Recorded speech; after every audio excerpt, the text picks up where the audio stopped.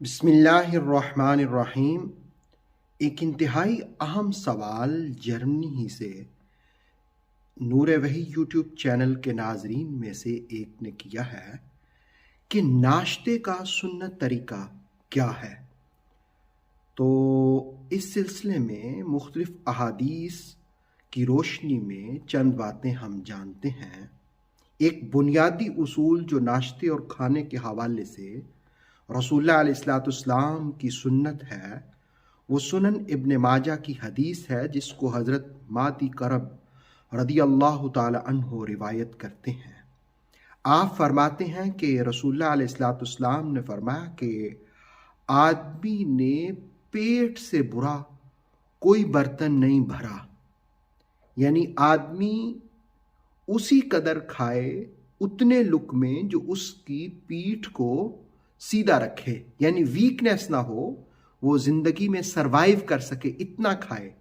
और फिर आप सल्लल्लाहु अलैहि वसल्लम ने फरमाया कि अगर नफ्स गालिब हो जाए और खाने की तरफ तबीयत माइल हो जाए तो फिर आपने फरमाया कि फस्सुलुसु लित्ताम, 1/3 खाना खाओ, वस्सुलुसु लिश्शराब, और 1/3 पियो, और वस्सुलुसु लिन्नफस, और 1/3 सांस के लिए रखो, यानी पेट खाली रखो।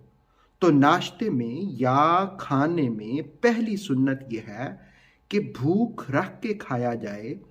एक हिस्सा खाया जाए, एक हिस्सा पीने के लिए और एक हिस्सा खाली रखा जाए पेट को, ताकि सांस लेने में आसानी हो।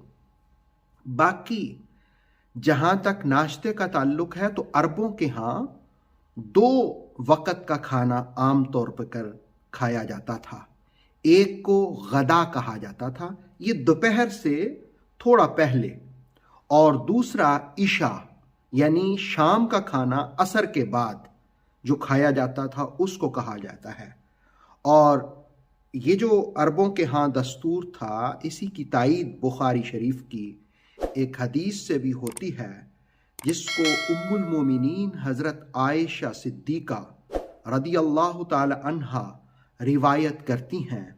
आप फरमाती हैं कि मा अक़ला आलु मुहम्मदिन अक़लतैन फ़ी यौमिन इल्ला इहदाहुमा तमर, कि आले मोहम्मद जो खाना खाते थे 2 वक़्त, उनमें से 1 वक़्त खजूरों पर ही इक्तफा किया जाता था। यानी इससे एक बात तो ये कि 2 वक़्त का खाना खाया जाता था रसूलुल्लाह अलैहिस्सलाम के घर में, और उसमें भी 1 वक़्त खजूर ही पर इक्तफा किया जाता था।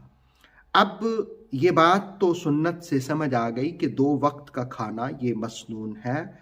और फिर सबसे अहम बात ये बुखारी शरीफ की हदीस ही इसकी तायीद भी करती है कि रसूलुल्लाह अलैहिस्सलाम ने फरमाया ला आकुलु मुत्तकिअन, मैं टेक लगा करके नहीं खाता। गोया सीधे बैठ करके खाना, टेक लगाए बगैर खाना, ये रसूलुल्लाह अलैहिस्सलाम की सुन्नत है। और फिर रसूलुल्लाह अलैहिस्सलाम खाना खाने से पहले हाथ धोने का एहतमाम फरमाते और बिस्मिल्लाह शरीफ पढ़ने का भी एहतमाम करते।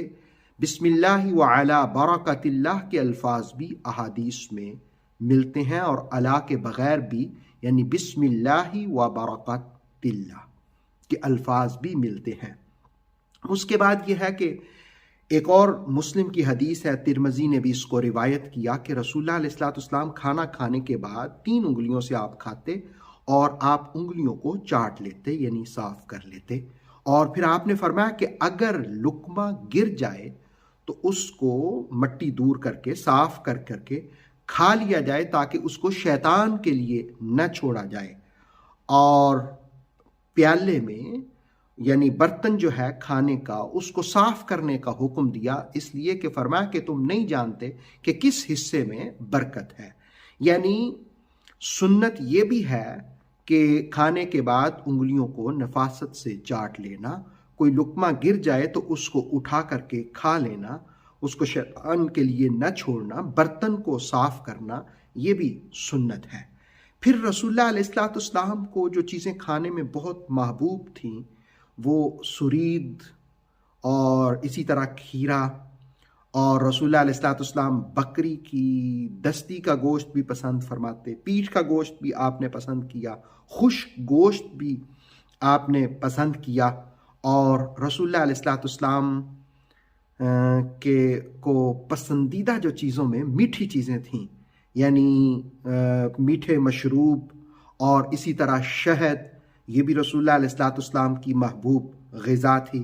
سرکے کو رسول اللہ علیہ الصلوۃ والسلام نے بہترین سالن قرار دیا، اور سنن ابی داؤد کی حدیث کے مطابق روٹی کی سرید بھی رسول اللہ علیہ الصلوۃ والسلام نے استعمال فرمائی، اسی طرح ستو اور گھی کی سرید بھی آپ نے پسند فرمائی۔ تو یہ مختلف قسم کے رسول اللہ علیہ الصلوۃ والسلام نے، لیکن اس میں یہی ہے کہ سنت طریقہ یہ ہے کہ بھوک رکھ کے کھایا جائے۔ ہاں، جس وقت رسول اللہ علیہ الصلوۃ والسلام کھانا تناول فرما لیتے تو پھر آپ یہ دعا پڑھتے جس کو ترمذی، ابو داؤد اور ابن ماجہ نے روایت کیا: الحمد للہ الذی اطعمنا وسقانا وجعلنا من المسلمین۔ تو یہ ناشتے کا اور کھانے کا مسنون طریقہ میں نے عرض کیا۔ اللہ رب العالمین عمل کی توفیق